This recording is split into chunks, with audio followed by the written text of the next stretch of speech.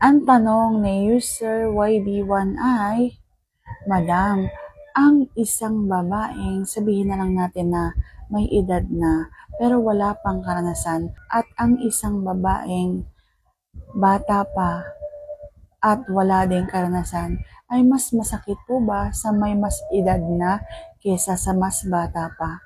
Siya natin pag-uusapan for today's video. Interesado ka bang malaman kung ano ang aking sagot? Please keep on watching. Pero bago yan, kung bago ka pa lang sa akin channel, please consider to like this video and subscribe my channel.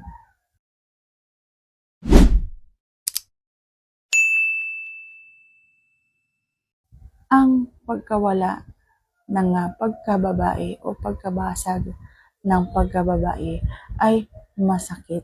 Masakit po talaga yan. Kaya dapat dinadahan-dahan ninyo at dapat basang-basa siya talaga bago kayo pumasok. At yun nga, dapat dahan-dahan talaga.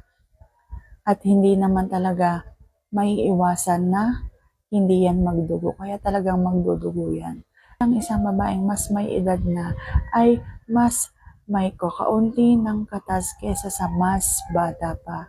Ang bata kasi ay mas makatas. Kaya yung sakit ay oo mas masakit. Pero yung katas ng kanilang bulaklak ay magkaiba. Mas sariwa, ika nga, doon sa mas bata. Kaya mas mahihirapan kang pumasok. Mas masakit. Pero nandun na nga tayo na iba-iba naman talaga ang mga babae. Merong may edad na makatas pa rin. Katulad ko, ako makatas pa rin ako. Kahit na ako ay 38 taong gulang na. Kaya yung sinasabi mong 43 taong gulang na babae na wala pang karanasan ay masakit ba yan? Sigurado ko masakit.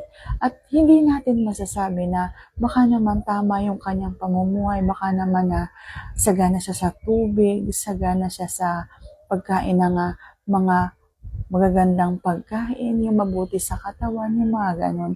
Kaya titignan mo din yung kanyang pangaraw-araw na buhay kung halimbawang siya ay magiging makatas. Kapag halimbawa ang isang babae ay maalaga sa kanyang katawan, siguradong makatas pa rin yan.